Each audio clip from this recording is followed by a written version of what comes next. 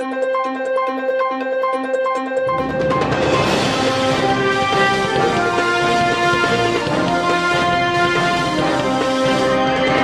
To ESV news.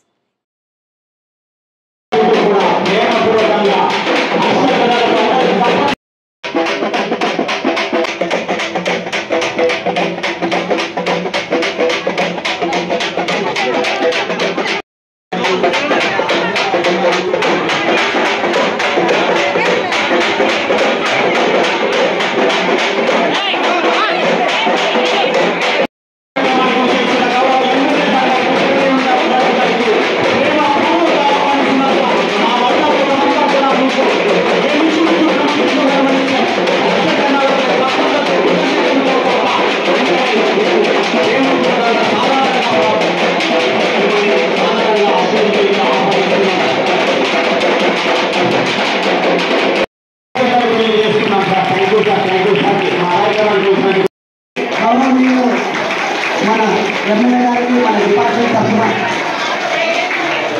Booking చేసి సాధారణంగా operation కూడా కోరుతున్నాం. అదేవిధంగా మహిళలందరికీ, పాత్రికేయులకు, ప్రతి ఒక్కరికి నా పేరు పేరున హృదయపూర్వక నమస్కారాలు తెలియజేసుకుంటున్నాను. ఈరోజు మన ఆఫీసర్ గారు ఇప్పుడు దాకా జగనన్న చేస్తున్న సంక్షేమ పథకాలకు ఏ పథకానికి ఎన్ని కోట్లు ఖర్చు పెట్టాము అని ఆయన లిస్టు చెప్తూనే ఉన్నారు. ఎక్కడ కూడా లక్షలు కాదు, అన్ని కోట్లలోనే ఆయన నంబర్స్ చెప్తూనే వెళ్తున్నారు. కోట్లలోనే ఉన్నాయని అంటే మహిళల కోసం జగనన్న ఎన్ని కోట్లు ఖర్చు చేశారో ఒకసారి ఆలోచించండి. ఇవన్నీ కూడా ఇన్ని కోట్లు ఎందుకు ఖర్చు చేశారు అంటే మహిళలు ఆర్థికంగా బలోపేతం అవ్వాలి.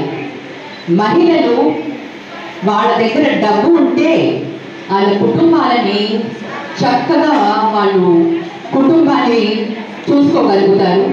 కుటుంబ పెద్దలుగా మీరు ప్రతి సమస్యను కూడా తీర్చుకోగలుగుతారు. అని అదే మగవాళ్ళకి ఇస్తే వాళ్ళు ఏదైనా అటు ఇటు పాడలేస్తారేమో అని ఆడపిల్లలైన మీ మీద, మహిళల మీద, అక్క చెల్లెల మీద నమ్మకం పెట్టుకొని ప్రతి సంక్షేమ పథకాన్ని మనకే అందిస్తున్నారు.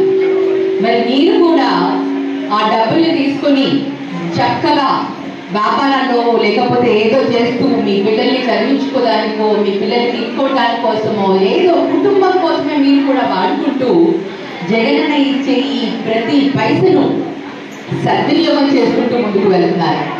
మరి ఇంత చక్కగా మనందరికీ పరిపాలన అందిస్తున్న మన వైఎస్ జగన్మోహన్ రెడ్డి గారు, మన ముఖ్యమంత్రి గారు ఇంకా ఇంకా చాలా చేయాలని ఉంది పేద ప్రజల కోసం. అన్నకు 5 సంవత్సరాలలో అన్నీ చేయడం కష్టం కాబట్టి ఈ 5 సంవత్సరాలు చాలా చేశారు. ఇంకా కూడా మళ్ళీ ఫ్యూచర్లో కూడా, భవిష్యత్తులో కూడా పేదవారి కోసం ఇంకా చాలా చక్కని సంక్షేమ పథకాలు చేయాలనుకుంటున్నారు. కానీ మహిళలందరూ కూడా మీరు ఒకటి గుర్తుపెట్టుకోండి, మా పక్క పార్టీ వాళ్ళు వస్తారు. లాస్ట్ టైం గత ప్రభుత్వం 5 సంవత్సరాల నుండి మీ అందరికీ కూడా చాలా ప్రామిసులు చేశారు కదా. ఏమైనా చేశారా? ఏమీ చేయలేదు. ఇప్పుడు కూడా మనల్ని నమ్మించాలని ఏదో గ్యారంటీ అంటూ, ఏదో భవిష్యత్ అంటూ మన ముందుకు వస్తున్నారు. ఎక్కడ కూడా పొరపాటు చేయొద్దండి. ఏ ఒక్క చిన్న తప్పు కూడా అయిందనుకో, వాళ్ళు చెప్పే ఏ గ్యాస్కో దేనికో మనం మోసపోయామంటే మనకి సున్నా, ఏమీ ఇవ్వరు, ఓన్లీ మాటల వరకే చెప్తారు. సో అది బాగా ఆలోచించుకోండి. జగనన్న ఏదైతే మాట ఇచ్చాడో, ఆయన ప్రభుత్వం స్టార్ట్ చేసినప్పటి నుంచి ఇప్పటిదాకా ప్రతి మాట నిలబెట్టుకుంటూ వచ్చాడు. ఎంత కష్టమైనా ఏదైనా ఆడపిల్లలకి, మహిళలకి మాట ఇచ్చారు అని మీ అందరికీ కూడా సంక్షేమ పథకాలను అందిస్తూ వచ్చాడు. అలాగే ఈసారి కూడా చాలా అభివృద్ధి పనులు చేశారు. కానీ మనకెవరికి కనిపించకుండా, అంటే మనకెవరికి లేకుండా ఉండడానికి అపోజిషన్ అన్ని అబద్ధాలు చెప్తూ వస్తున్నారు. చాలా దగ్గర రోడ్లు వేశారు, కొన్ని పట్టణాలలో ఇండస్ట్రీస్ తీసుకొని వచ్చారు. మన రాష్ట్రాన్ని మిగతా రాష్ట్రాల కంటే కూడా ముందు అభివృద్ధిలో వెళ్ళాలని చాలా పట్టణాలలో చాలా ఇండస్ట్రీస్ తీసుకొని రావడం జరిగింది. మొన్న న్యూస్లో చెప్తా ఉంటే అందరికంటే హైయెస్ట్ ఇన్కమ్ ట్యాక్స్ పే చేసే రాష్ట్రాలలో ఆంధ్రప్రదేశ్ 3వ రాష్ట్రం అని. అంటే మన అభివృద్ధి అనేది అంత గొప్పగా ఉంది. అది ఎవరు చెప్పారు? మన ఢిల్లీ పెద్దలు చెప్పారు. కానీ మనల్ని ఈ ఊళ్ళలో మనకి ఎవరికి ఏం తెలియదు అనుకొని ప్రతిపక్షాలన్నీ కూడా అబద్ధపు మాటలు చెప్తూ మనల్ని మోసం చేసేదానికి వస్తారు. జాగ్రత్తగా ఉండండి. మన జగనన్న మన ముఖ్యమంత్రి గారు అభివృద్ధి చేస్తున్నారు, సంక్షేమాలు ఇస్తున్నారు. పేద ప్రజల్ని మర్చిపోకుండా, పేద ప్రజలు ఆర్థికంగా బలోపేతం అయితేనే మన రాష్ట్రం బాగుపడుతుందని మీ అందరికీ కూడా ఆర్థికంగా బలోపేతం చేస్తూ ఈ రోజు చేయూత కింద మీ అందరికీ కూడా 18,750 రూపాయలు 4వ విడత మీ అందరి అకౌంట్లో కూడా వేస్తున్నారు. మరి మీరు జగనన్నని ఆశీర్వదిస్తే మీరే కాదు, మీ అందరూ కూడా చెప్పాలి, మళ్ళీ మనకి ఇలాంటి ప్రభుత్వమే రావాలి కదా, మనకి ఇలాంటి సంక్షేమ పథకాలు అభివృద్ధి కావాలి, మనం సస్యశ్యామలంగా ఉండాలి అంటే మళ్ళీ మనకు జగనన్న రావాలి, ఇలాంటి సంక్షేమ పథకాలు మళ్ళీ రావాలి.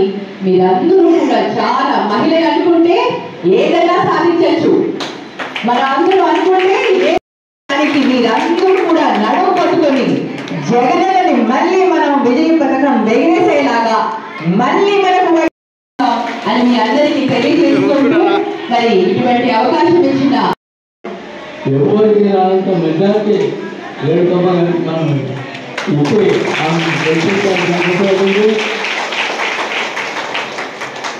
కాబట్టి ఈ విషయంలో మీరు ఎవరి మాట వినకుండా మనం మన పక్కింటి వాళ్ళకి, మన వీధుల వాళ్ళకి, మన గ్రామం వాళ్ళకి, తెలిసిన వాళ్ళకి చెప్పి పెద్ద మెజారిటీ వాళ్ళని కోరుతున్నాను. అదేవిధంగా ఒకవేళ పొరపాటున తెలుగుదేశం వస్తే ఏం జరుగుతుందో మళ్ళీ మనకి ప్రభుత్వ పరిస్థితులు వస్తాయి. అదేవిధంగా ఆయన జన్మభూమి కమిటీలను పెట్టి అవినీతి కార్యక్రమాలు చేశారు. 85-90 ఏళ్ళు కూడా పెన్షన్ లేకుండా